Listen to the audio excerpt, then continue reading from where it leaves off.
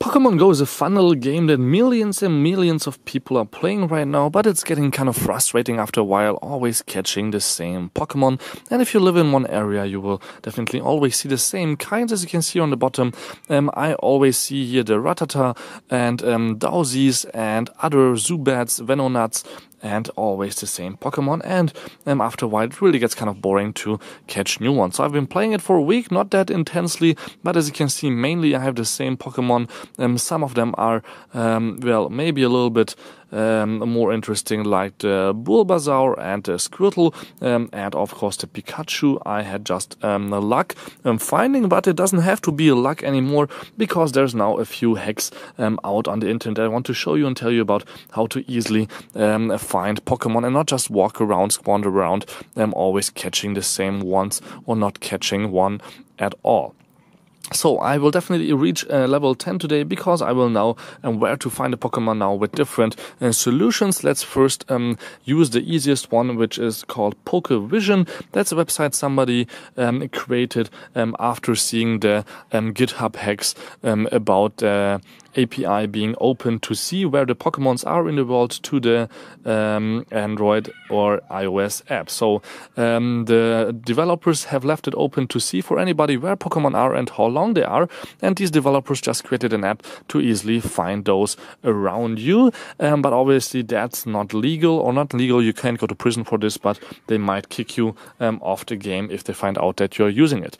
But if you use PokeVision, they definitely have no clue that you're using it, because you just need to take a tablet with you or a secondary smartphone, and then you can go, example here for New York. Let me zoom in here, for example, to New York. Let's go to the Central Park and then check out what kind of Pokemon are squandering around there today.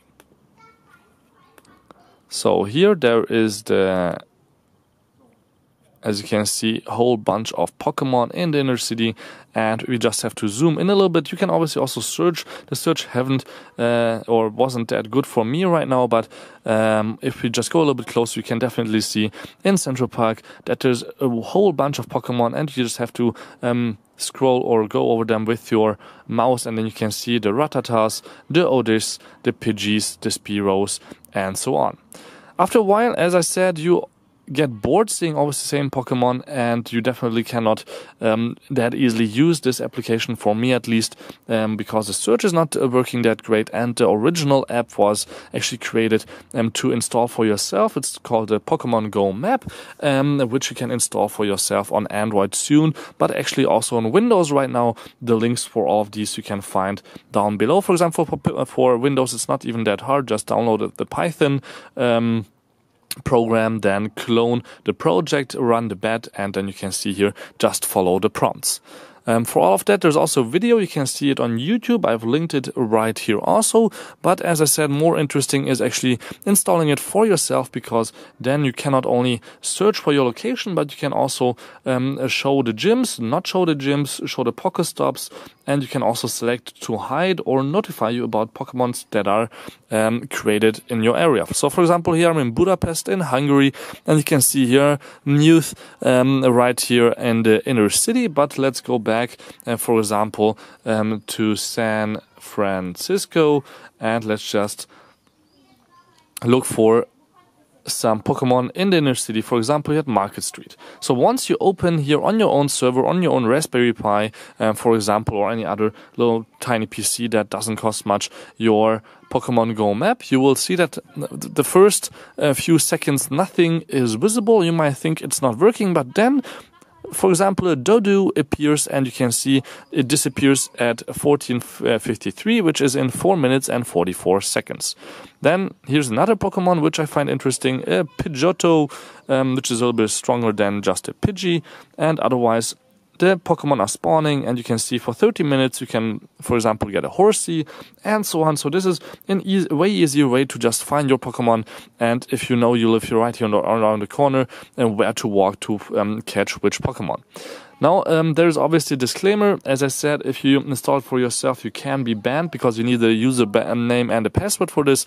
So definitely create a secondary user and password if you want to install it for yourself. And also Pokemon are not visible on these maps that you use with incense or use to find with incense, that are just following you or just are visible for you.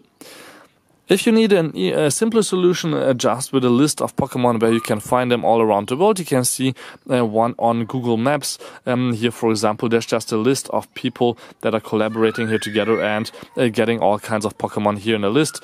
So, for example, you can see we have 3-stage evolutionary Pokemon here, 32, which you can find, for example, here Glumata in, I'm not even sure where this is. I think this is in, still in the US.